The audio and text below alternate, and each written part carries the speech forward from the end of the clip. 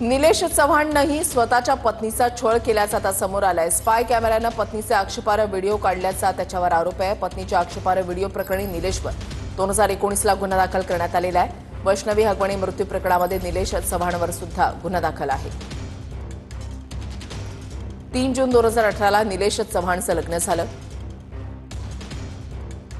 जानेवारी 2019 मध्ये निलेशच्या पत्नीला बेडरूममधील फॅनला काहीतरी अडकवल्याचा संशय आला।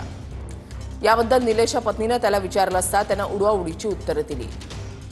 फेब्रुवारीमध्ये सुद्धा निलेशच्या पत्नीला घरातील एसीला काहीतरी संशयास्पद अडकवल्याचा संशय आला। त्यावेळी सुद्धा निलेशनं पत्नीला उडवाउडीची उत्तरं दिली। यानंतर निलेशच्या पत्नीला त्याच्या लॅपटॉपमध्ये त्यांच्या शरीर संबंधांचे व्हिडिओ आढळले। स्पाय कॅमेऱ्याच्या साहाय्याने हे व्हिडिओ रेकॉर्ड केल्याचं निलेशच्या पत्नीच्या लक्षात आलं।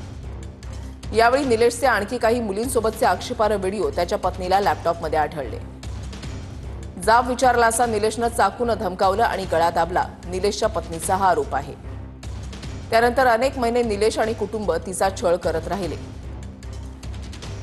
निलेश चव्हाणच्या पत्नीच्या तक्रारीनंतर त्याच्यावर आणि त्याच्या कुटुंबावर गुन्हा दाखल झाला।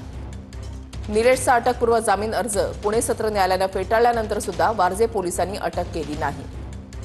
अखेर मुंबई उच्च न्यायालयानं निलेशला अटकपूर्व जामीन दिला। निलेश हा शशांक हगवणेची बहीण करिश्मा हगवणेचा मित्र असल्याची माहिती आहे। शशांक आणि वैष्णवी यांच्यातील कौटुंबिक वादामध्ये निलेश अनेकदा सहभागी असायचा।